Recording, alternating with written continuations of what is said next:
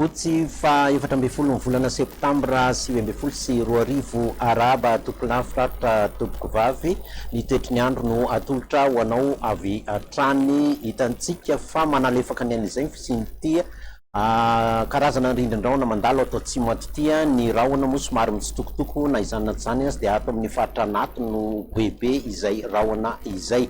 Ny filazana manokana mahakasika ny eny an-dranomasina dia tsy misy ho amin'ity andro ity fa ny toetry ny andro no atolotra honao avy hatrany ho amin'ny raha ampitsy 20 septambra 2024.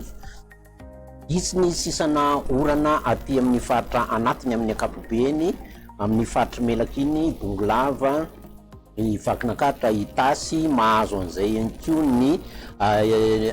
ny faritra Analamanga amin'ny ankapobeny, zany hoe ny Voamaraina zany izy io mety hisy orana kely aty amintsika fa Isava miandalana eo ihany izay. Somary mandraondraona ny andro ny aty amin'ny faritra Atsinanana, Vatovahafitonana, Atsimatsinanana iny, ankoatran'izay moa dia maina amin'ny ankapobeny.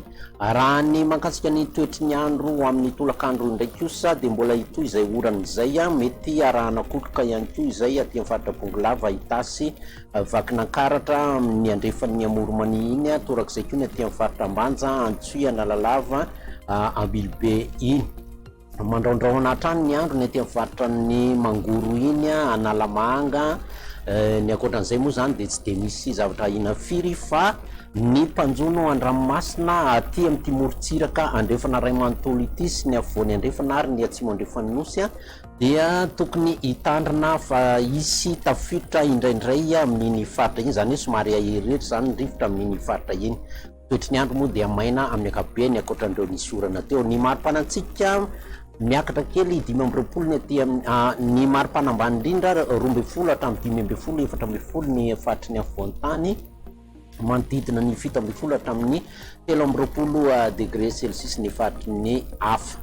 Ny mafana indrindra zany dia 15 degré Celsius ny aty amin'ny faritra anatiny, 13 degré Celsius ny any amin'ny faritra avaratra andrefan'iny ary ny ilany Atsinanana Nosy tazantsika aty amin'ny manodidina 18 sy 20 degré Celsius. Ireo tanan-dehibe ivelan'ny Madagasikara no atolotra ho anao masoandro be ny any Paris any, maina ny andro ny any Johannesburg, Nairobi. Mahakasika ireo nosy manodidina indray kosa dia masoandro be hatrany ny any La Réunion sy Mayotte any, mety hisy atselatra na mety arahana orana zay ny any Seychelles, manorana tandrifinao ny any Comore any. Dia izay indray ny fotoana ny arahako taminao, mametraka ny velomana mandrapitafandray tompo lasy tompoko vavy. Veloma.